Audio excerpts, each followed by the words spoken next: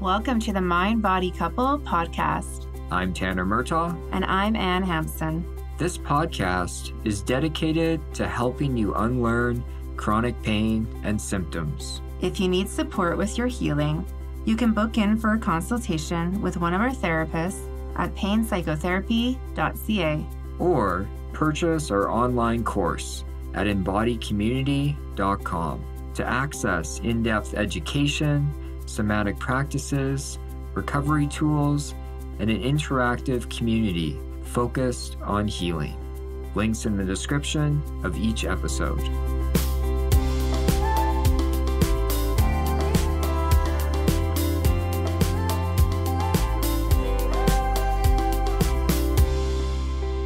Hi, everyone. Hi, everybody. Welcome back. Welcome back. Today, our topic, pathology culture is making us sick. Yeah, that's quite an intense topic there, Tanner. It's an intense topic. I think there's a lot of truth to this. Yeah. I think there's an epidemic of chronic pain, chronic illness that we're facing. And if you're new to our podcast, our belief is that this is not due to our body failing most of the time. It's not due to damage or disease. And it is more due to the brain and nervous system and these pathological beliefs that we have about our body. Yeah, totally. And that's really what we're diving into today with this podcast. Yeah, so we're going to share a story. Start with a story time, Ann. All right. A little bit of research that is quite fascinating. I read this when I was recovering, and it was impactful to hear about. So we go back to as early as 1942. We're traveling back in time, man. All right. To an American researcher named Walter B. Cannon. All right. It's quite the researcher name. Yeah. Walter B. Cannon. I like it. It has a ring to it. It's very formal. It is. It's, yeah. Like the B, like Tanner G. Murtaugh. What do you think? All right. Keep going. Okay. So he was a physiologist, a professor who chaired Harvard's Department of Physiology, and he did some interesting writing about hexes and psychogenic deaths. These were often called voodoo deaths. So to break this down, what he observed in cultures is that when these deep beliefs, these deep, powerful beliefs of curses, and they often came from the authority of spiritual leaders, when people had these deep beliefs that they were hexed or maybe they were going to die, it would actually lead to serious health decline and in some cases death, which I think is quite shocking if you haven't heard this understanding. But it's very different nowadays. Like a lot of us have more of this deep belief in the medical system. And I think that that's very similar. Like we have this deep belief in the medical system of scans, of tests, and our belief around if our body's healthy or unhealthy. And so Cannon suggested that the human nervous system essentially reacted to these psychological threats in life-threatening ways, leading to these symptoms and health decline that takes place. Yeah. And I think that's actually a very powerful statement that you just mentioned there, Tanner, because that really is the idea of like what we believe makes us better or can also make us sick. Yeah. And you've heard there's like case studies that are interesting where people have been given terminal diagnoses that were actually incorrect. So people are given a terminal diagnosis, they don't know it's incorrect, and what happens is they have this huge decline in health and develop these physical illness, physical symptoms, even though it's incorrect. And it speaks to the power of belief about if our body's safe or in danger. Yeah. And now with our medicalized society, people are getting all this information, and a lot of times misdiagnosis is taking place, or people find out that they have some 3 huge bulging discs. And so they think that back pain's inevitable and it's going to be there forever. Well, and I think about you, Tanner, when you were recovering and you were told things like that. Like you were told, oh, okay, like you might be in pain forever. You're told those kind of statements. Yeah. And what was that? What did that do for your belief and maybe your ideas around your body? It was terrifying. And there was this despairing acceptance. Acceptance can be useful in the short run with some of these things, and we've talked about that. But it was like this despairing acceptance. Like I remember a doctor told me I had hyperactive nerves and I would be in pain for life. That's a terrifying thing to be told. Yes. From someone in an authority position that left me. And luckily soon after that, I found a brain and nervous system approach and realized that doctor was completely incorrect. It was completely a misbelief. But if I had kept believing that, my pain would have just kept coming. Yeah. And probably worsened over time. Yeah. And so we do need to understand this idea of fear and beliefs and how it can influence our physical health. Nowadays, lots of people have different spiritual beliefs we want to be respectful of, but a lot of people more have this deep belief in like the medical system and that there's these people, these highly educated people in authorities. And again, I'm not knocking the whole medical system, by the way, because I think there's a lot of benefit.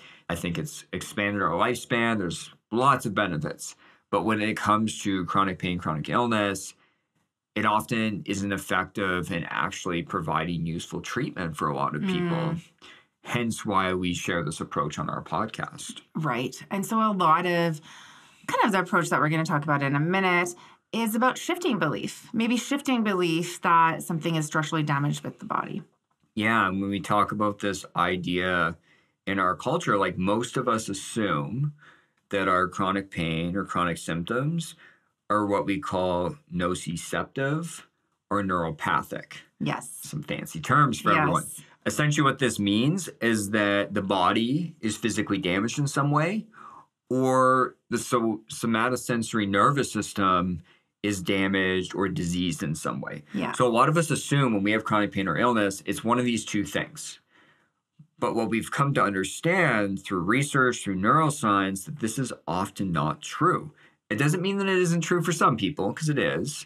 But often this pain or symptoms are neuroplastic in nature. Yeah. Well, and I think that takes us back to the research that you just mentioned, Tanner, because I know I've met with a lot of people and talked to a lot of people that spent a lot of time in the medical system trying to figure out what was structurally wrong with their bodies, to never even know of this idea of the power of the brain and belief and the nervous system and how that can impact pain. And so it's important to have awareness that actually this is something to consider as well.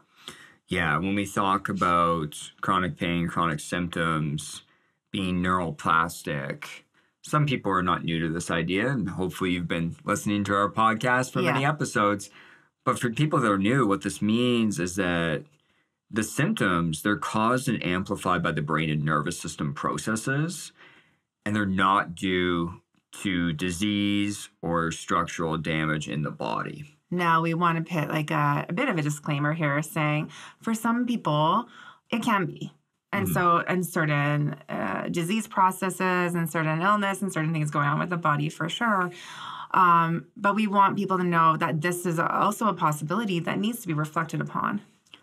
And I will go as far to say that it's more probable.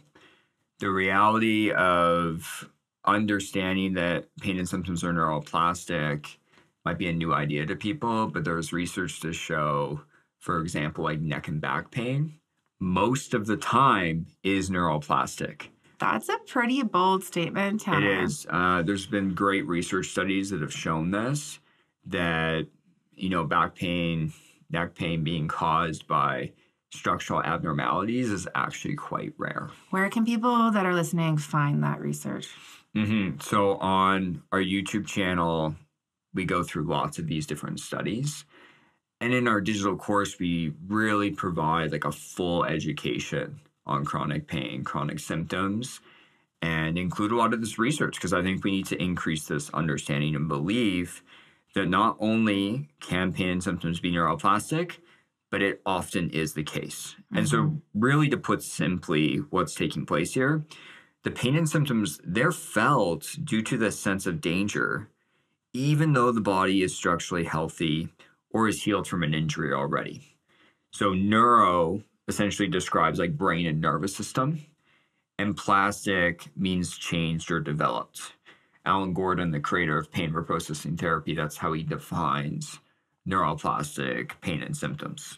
And essentially your brain changes in such a way that reinforces neuroplastic pain and symptoms. And so sometimes when I'm chatting with people and they've been in chronic pain for years and years and years, I think it is fair to say that the brain has had some changes over time. Yeah. Just because it's been in pain or generating pain for so long. Yeah, and a lot of times people ask us, like clients ask us, what determines if the brain's going to generate pain or physical symptoms? And the answer, to put it really simply, is really how much danger your brain and nervous system is detecting. And we talk about pathological views of the body, that there's something really wrong with the body. If your body's healthy, but we have all this information, for example, what that sports medicine doctor told me about my hyperactive nerves. If we have all this information telling us, oh, there's something really wrong, it increases danger. And we do all these physical treatments. We're physically focused. We think that, you know, something needs to be fixed inside. Your body could be completely healthy, and those beliefs alone, and then if you add in like nervous system dysregulation, other dangers in your life, you get this combination where chronic pain, chronic symptoms get created and developed for a lot of people. Well, and I think then we also start interacting with the world like it's dangerous a little bit too, in terms of how it might impact our pain or not. Yes. Now, a really common question we get in is, you know, what health conditions could be fully neuroplastic or partly neuroplastic? Now, there's a combination. I think a lot of people's symptoms are fully neuroplastic, but it can be a mix too. I want to be clear about that. And so with these things that we'll just mention real quick, it's possible for it to be fully or partly neuroplastic in nature. Okay, so I'm going to go through a little bit of a list here, and I want you to really listen out to see if you relate to any of these. And so fibromyalgia, chronic neck and back pain, abdominal and pelvic pain, irritable bowel syndrome, headaches, complex regional pain syndrome, CRPS, vestibular concerns and dizziness, tinnitus, chronic fatigue syndrome, POTS, myofascial pain syndrome, chemical sensitivities, and irritable bladder syndrome. So there's lots of conditions here. Now, what we want to do in this episode, as people are listening, it's a little bit more sciencey. And we're going to explain, you know, some of the understanding of how pain and symptoms can occur from maybe just perceived injuries to the body or perceived beliefs about our body being damaged. And we want to bust some of these beliefs. Like a Mythbusters. So we want to talk about the research on whiplash. There are some fascinating studies that have been done. I don't know how they got the ethics to do some of these studies. I know. But it has provided so much insight into how the pain system works. Here's the thing. In many countries, there's an epidemic of chronic whiplash syndrome. Little definition here. Whiplash, most people understand what takes place here. Following a rear end collision, what takes place is tendons and ligaments in the neck become strained from the accident, usually from the neck snapping back. This causes head and neck pain. Now, this makes a lot of sense at first because there is some injury, but there was confusion around why does whiplash become this chronic syndrome over time? Okay, so chronic syndrome meaning lasting for a long time. Yeah, like lasting for above 6 months. Because typically our body's quite good at healing. We've evolved in this way. But for a lot of people in the Western world, they get these chronic whiplash syndromes where neck and head pain just continues on. Right. Could go down to the back as well. So a group of researchers, this is a fascinating study, and thought they found the answer in Lithuania. So in Lithuania, there is actually little chronic whiplash reported compared to most of the Western world. So it depends on country, but like things like Canada, the US, it's about 10%. About 10% of people following a rear end collision will develop this chronic whiplash syndrome. In Lithuania, it's basically not occurring. So they were like, why is this happening? Like, what is taking place? And the researchers discovered that in Lithuania, they actually have little knowledge of whiplash. They have little fear that it's going to result in these chronic pain and symptoms. I don't know about you, Anne, but every time I've been in a car accident, and luckily I've been on too many major ones, the first thing I think about is this going to become chronic? Like, is this going to damage my body in some way? And I think a lot of people in the Western world, that's what they think about. Right. There's that first fear of like, oh no. Yeah, we have this belief system that chronic pain could be very probable following a car accident, even a minor one. Yes.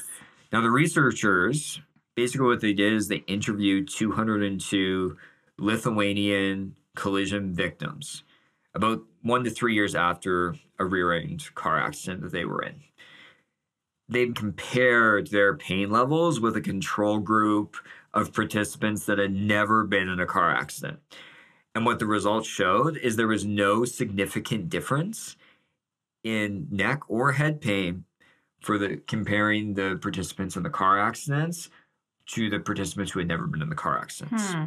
And the results really suggest that car accidents may not be the cause of chronic whiplash syndrome.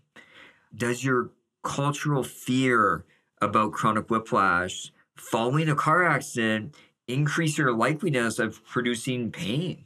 Because I think this belief system that we've developed in the Western world is often what's leading to chronic issues later on. Yeah. And I remember when I first came across these studies, kind of like what you're saying, Tanner, it was very impactful for me too, because I didn't realize that, different countries or different cultures had different experiences of this. Yeah. And it really puts it into perspective of, okay, again, what we believe as a society impacts our relationship with fear, with experiences, with our bodies. Now, the next study, I would say this is my favorite study that I talk about with clients. Yeah. Because I think it's pretty fascinating. This is the one I'm very grateful they did the study. I can only imagine the ethics board as they were trying to get this study passed. But it is quite fascinating. So this study was done in Germany, and it was also on whiplash. So what they did is they put 51 participants through a simulated car crash. Again, I don't know who signed up for that. Yeah, I don't know who signed up for that. Well, maybe they had a big reward for the people that signed up, but I wouldn't be doing that. But a simulated car crash. So you're probably wondering, okay, what the heck is a simulated car crash? It's kind of complicated to explain. They took two cars. They lined them up back to back. There was a complicated system of ramps and pulleys. And they put the participants one at a time in the front car, and they made it seem like they were rear-ended. Right. There was a loud noise. The car moved forward. Like, they did everything to simulate what it would be like to be rear-ended. But the impact wasn't enough to snap their neck back. So there was no, physical damage that actually took place. So let's talk about the results here. Because after 3 days... So 3 days post-simulation, simulated car crash, almost 20% of participants reported whiplash syndromes that they associated with the car accident. 4 weeks later, almost 10% of participants still have whiplash symptoms, all without physical trauma. One thing I find interesting about the study is that 10% that was still having chronic whiplash symptoms, that's about the rate that people get when they're in car accidents, just generally in the Western world. Yeah. So the other thing that the researchers found, that people with higher pain after about 4 weeks, those participants had the highest levels of emotional distress or stress in their life at the time. Okay. So that again leads to this idea of what was going on with like when you had the onset of symptoms. Hmm. So it pairs together, you have this belief of injury and you pair it with emotional distress. Mm-hmm. Pain sensations are very likely to take place. Yeah. And I think for a lot of people, when they develop neuroplastic pain and symptoms, I see people almost have a perceived injury. And this is hard to break apart, where they perceived that they injured themselves and they have that strong belief my body's damaged now. And if they're already going through hard times or dysregulated, we're likely to have the brain click on pain or physical symptoms. Mm-hmm. And so it really demonstrates this influence of pathological beliefs and how they can deeply influence our brain and nervous system. Now, to shadow this in the other direction, last study I promised people, but this study's fascinating. They did a study on demolition derby drivers. Oh, yes. Yeah. Yeah. So It's a good one, too. these people are purposefully like ramming into each other in cars for an extended period of time, like they're doing it for fun, which might blow some of our minds. You would expect these people would have a high level of pain because there's a lot of impact. There's a lot of maybe physical trauma. But the one study on them, it was done on a number of drivers. They reported almost no neck pain following several collisions. Which is mind-blowing, actually. And you wonder why this is. It's an interesting idea. Like, why are these people that are purposefully doing it? And one of the things I think about is I don't think they probably view those collisions as like maybe traumatic. I think a lot of us, if we're in a car accident, especially a major one, we view it as this like trauma. It's unexpected, it's sudden, which makes sense. But these people are like intentionally doing this. Well, maybe there's also the belief that if they are experiencing some pain, that they're going to heal shortly after. So they're like, there's no fear of the sensations after. Yeah. These studies demonstrate the significant influence that beliefs and the expectation of pain and symptoms can really have, even though the body is not damaged. And so we want people to think about this, like how might learned ideas you've had from your culture or family system about injuries, disease, aging, viruses, bacteria, foods, like how are your belief system influencing how you view your body? Well, and I think that kind of reminds me of Tanner, and maybe we've talked about this on the podcast at some point before, but you've mentioned going to physiotherapy or seeing your family in physiotherapy growing up, and like that was kind of a normal thing, right? Mm-hmm. Not normal in any way in my family. And so I don't think any of us, and I think my mom now or some family members now, but I don't remember anyone going to, like, physiotherapy wasn't even a word I knew growing up. It wasn't a thing. It's fascinating because I was in physio at a very young age. And I have never been in physio. For like injuries from sports and different things. And I had this belief, my parents were not to blame for this, by the way. I think it just developed where my parents were often going to physio. So I kind of grew up thinking as I get older, my body's probably going to fall apart. Yeah. Like I had that belief system. And so when I started to experience symptoms as I got older and older, part of me thought like, oh, this is just normal. Right. And it's like, okay, it's normal. I should go to physio. And again, like we're not knocking physio in any way, but we want to use this example to show the belief of like normalcy maybe around something in terms of the body. Well, I think it almost leads into this discussion of understanding structural abnormalities because a lot of people don't realize that chronic pain and symptoms with a physical cause are very rare. Most of us assume when we have pain or physical symptoms, something's wrong with the body. Okay, and who is the researcher here that really says that? Dr. Schubiner, one of my favorite researchers. Yeah, and I wanted to highlight that because he is someone that's done extensive research into this area and a trustworthy source. Oh, 100%. And what this means, and a lot of people don't realize, that medical treatments are often actually really poor at treating chronic pain. They are great at treating acute pain. Yes. So, like, if you have an acute injury and you do all these physical treatments, the outcomes are much better. But physical treatments are having these poor outcomes because most chronic pain symptoms are neuroplastic. And we need to understand that abnormalities, like structural abnormalities, are really normal and it can occur without pain and symptoms. So a lot of the research that's been done, and some of this research is decades old, they found that structural abnormalities in the back are often very present without causing pain. So really quick stats here, bear with me people, but I think it's important. One study, they examined the spines of individuals with no back pain, and they found that 52% had at least one bulging disc, and 27% had at least a disc protrusion. So if I was in that study, I don't have back pain, but there's a high likelihood that something would be found for me. Yes. You and I, middle-aged, if we scan our spines, I can promise you, if you scanned my back from a decade ago, it'd probably be in better shape than it is now. Because develop these normal wears and tear, it's typical. Like we're all going to have that. Yeah. Another fascinating study they did was on the spines of healthy 20 to 22-year-olds with no pain. They found that 42 to 54% had degenerative discs and 25% had bulging discs.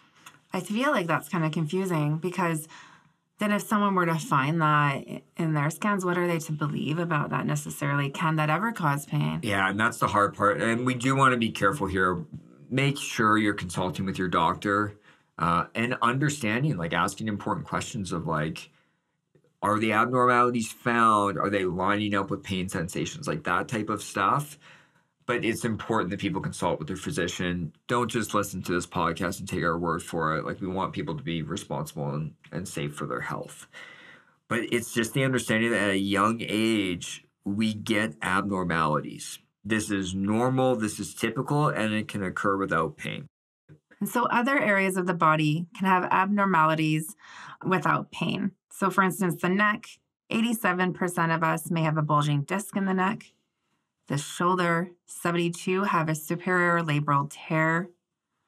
The hip, 69% of adults have labral tears.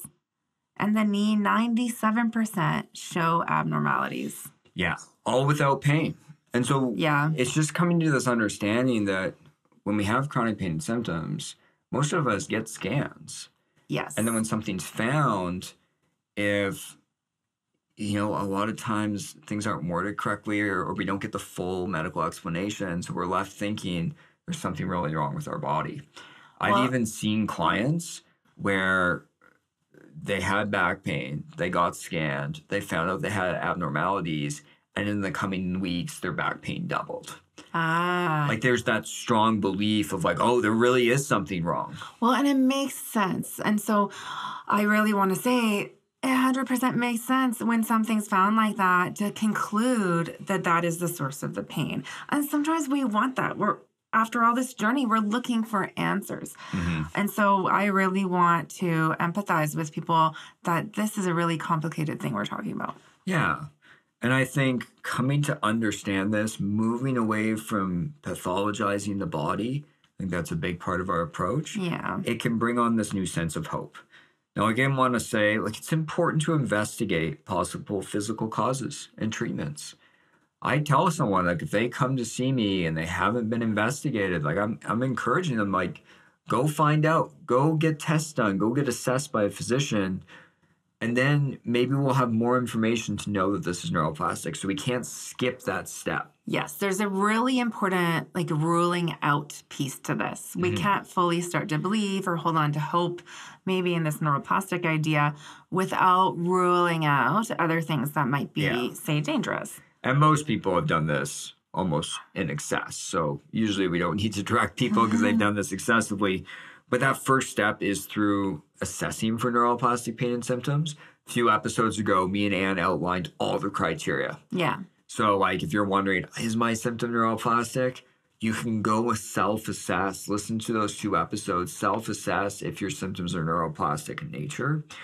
And we want to build this case And by doing that, we start to shift our belief system. We start to come to understand, oh, our body's actually okay. And then we can start to approach a lot of things differently. Part of it is, like I said, we start to view our body as safer and healthy. But another big thing is we start to approach movement. We start to approach life more because that fear can start to reduce. We start to do brain retraining exercises, supporting someone changing their emotional relationship to the symptom. And we start to regulate the nervous system, restore safety there, and this can lead to even deeper trauma work or life changes that we need to make. But it starts with the belief, and that's what we really want to talk about. You know, we're here to support people. Our digital course, we have everything. I know we talked about quite a few studies today, but it has a full pain symptom education because we want to start with increasing someone's belief that this is what's going on. And then we go through all the things I just listed, the brain retraining, the exposure, the nervous system regulation, the emotional work, the trauma work. We can take healing back into our own hands. And that's why we designed that course, so that it's just a full system that people can start to do at a self-pace on their own. Well, and just to add in this other thing about the course that we find really helpful for people is there's this whole community group. So when people do purchase the course, you are welcomed into this community where everyone's trying to kind of work on this together, really instilling that hope, fostering that belief. And so it's kind of amazing to see that support. Mm-hmm. So I hope this episode was helpful for everyone. Yeah. Yeah. And we will talk to you next week. Talk to you next week.